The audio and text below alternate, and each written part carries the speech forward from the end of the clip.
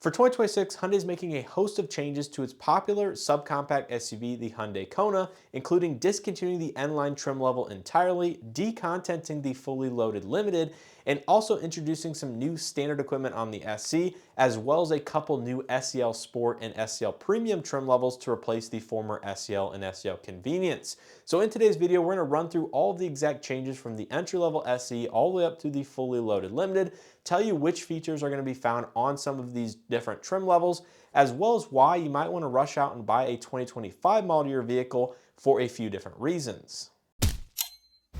So before we get too far in this video, I do want to say this is very preliminary information that may be subject to change. If it does change or anything differs from what I'm telling you in today's video, I will go ahead and leave a comment down in the description and or pin a comment at the top of the comment section, just so you guys have the latest, most up-to-date information. But overall, I do believe this is accurate and what is going to be reflective of what Hyundai is going to be producing for the 2026 model year. Anyway, starting with the entry-level SE trim level, it's seeing a couple deletions as well as a couple additions, which I think are a net positive overall. The first thing that it is losing for the 26 model year is the rear folding center armrest with cup holders, the illuminated aspect of the vanity mirrors, as well as the glove compartment light or the glove box illumination. So those are the three items that are going away. It still does have vanity mirrors, they just won't have the lights associated with it unless you get a higher trim level. Now, the things that it is gaining from the 2025s and earlier is smart cruise control with stop and go, which also brings along the junction turning and driver oncoming detection for the driver assistance functionality, because it does get that radar at the front end of the vehicle. And it's also getting a larger 125 millimeter console tray, which leads me to believe that Hyundai is partially or fully redesigning the center console storage area to maybe conceal it entirely from that of viewing outside the vehicle. Say if you're looking inside the window, because that was partially open to the interior for the 2024 and 2025 models. So I don't have, unfortunately, any pictures of that or any information, but it does say it is gaining a larger console tray, which leads me to believe there are going to be some tweaks to the center console. Now moving on to the next trim level, this is going to be a new trim called the SEL Sport. Now if you follow some of my videos, you'll know the Elantra gained an SEL Sport for 2025. Now the Kona is gaining the SEL Sport to replace the standard SEL. Now I'll go ahead and have the feature set of the 2025 SEL up on the screen so you guys know exactly how that vehicle is equipped. It's very similar, but believe it or not, the SEL Sport is kind of adding to it in some regard, but it is missing one key feature that the SEL currently has that won't be on this vehicle, and that is going to be the fact that it no longer has a power driver's seat with two-way power lumbar. It will be a six-way manual driver's seat and front passenger seat for this trim level. But in addition to this, it is actually gaining a few features over the former base SEL. It now will come with heated front seats, power front windows with automatic up-down, LED overhead interior lighting, as well as a wireless device charger. So in addition to everything else that the SEL already had, it is gaining those four features that were formerly on the SEL convenience package as one step up from the base Kona. So outside of losing the power driver's seat, really the SEL Sport is going to be a net gain, and I think that is actually a very positive trim level overall for the lineup. Now moving on, the next trim within the lineup will be called SEL Premium. Now this replaces kind of the SEL Convenience and sort of bridges the gap fully between the N lines, which are no longer going to be available at all, and of course the fully loaded Limited. So the SEL Premium does retain the 1.6 liter turbo that was found in the N line and currently is in the Limited trim levels, and does bring a lot of the convenience features as well as a couple features that were either in the Limited or those N lines down in the trim lineup. So essentially, the SEL Premium is going to have the 1.6 liter turbo, the column mounted shift-by-wire with paddle shifters on the steering wheel, the 8-speed automatic, of course. It will still have the 19-inch alloy wheels with the exact same design as the current N line, just with H center caps instead of the N center caps that came on the N line. So the wheel design is going to be a carryover from the N line trim levels. It gets H-Tech's leatherette trim seating, which was formerly only on the Limited, now will be on the SEL Premium. This brings soft touch door panels, power driver seat with two-way power lumbar. That of course was in the SEL before, now is only in the Premium or higher.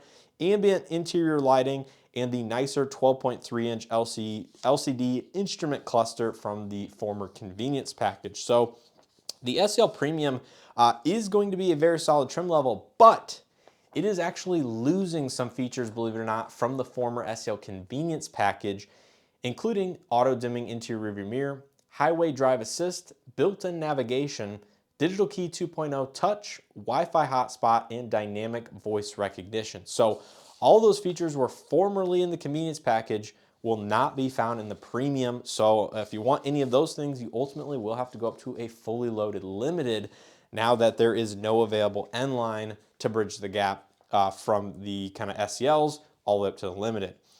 Now, lastly, moving on to the limited, because the N lines are discontinued and no longer going to be offered, the limited, of course, is a fully loaded model and has most of the same features as 2025, but is getting 3 features removed from this vehicle for 2026. So the features the limited is losing is the full line LED daytime running light, the full LED combination taillights with turn signals. So it'll no longer have full LED exterior lighting for the turn signals in particular from that of the other Konas. So it's going to be the incandescent bulb turn signals for 2026.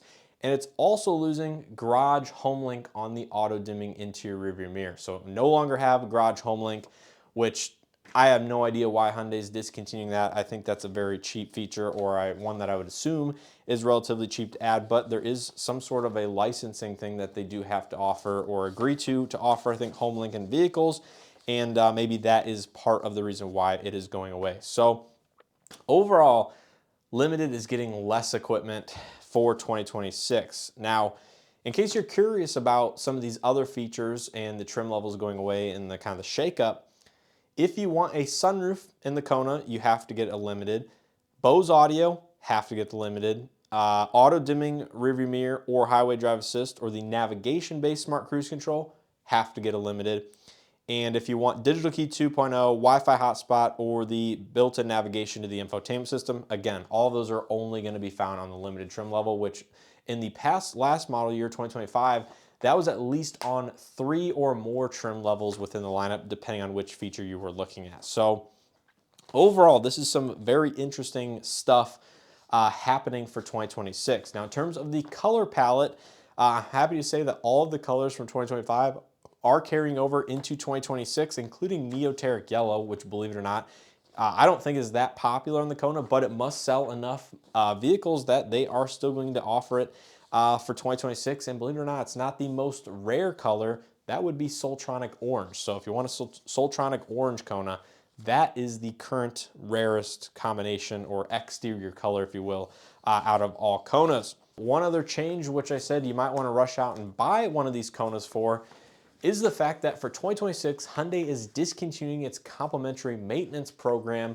included for 3 years, 36,000 miles for the original first owner of the vehicle. So that will no longer be found on any 2026 model year. So that's kind of just another included benefit if you were to purchase a 2025 over that of a 2026. There's no timeline for discontinuation of that program for 2025 vehicles on dealership lots and or arriving still. It's just moving forward for every 2026. So to me, that could be worth, just a few $100, $400 or $500, depending on how many of the oil changes and tire rotations you actually do use out of that program before it does expire and or mileage out.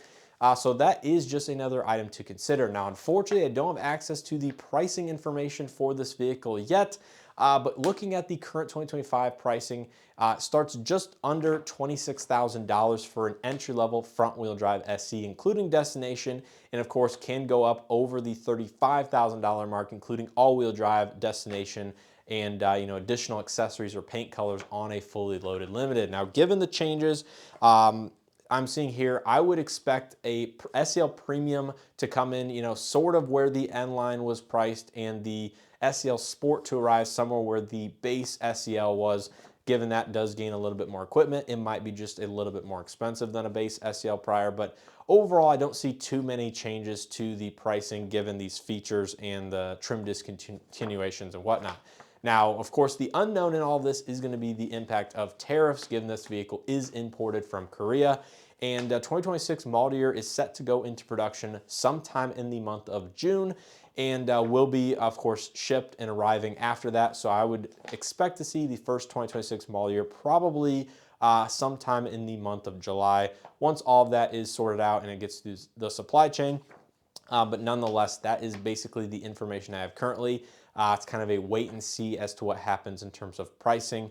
Of course, Hyundai has announced that they're not raising MSRPs on current inventory through June 2nd, which of course, the Kona is not set to go into production until June. So, we'll have to see for the time being what happens with 2026 model year pricing across Hyundai's lineup. But nonetheless, that is the information I have for the 2026 model year changes coming to the subcompact SUV from Hyundai, the Hyundai Kona. Let me know what you guys think of this down in the comment section below. A little bit unfortunate that they're discontinuing the N-Line. As I own an N-Line vehicle, I love the N-Line from a styling and aesthetic standpoint. But ultimately, it's either they weren't selling enough or something to do with supply chain reasons and whatnot. It's not surprising. It is just unfortunate that there is one less N-Line product now being offered, because I think the styling and everything, Hyundai did put a lot of work into designing that on the Kona. So like I said, let me know your thoughts and opinions on this down in the comment section below. If you guys enjoyed this video and or found something helpful, hit that like button, subscribe if you haven't already. With all being said, I hope to see you guys in the next one.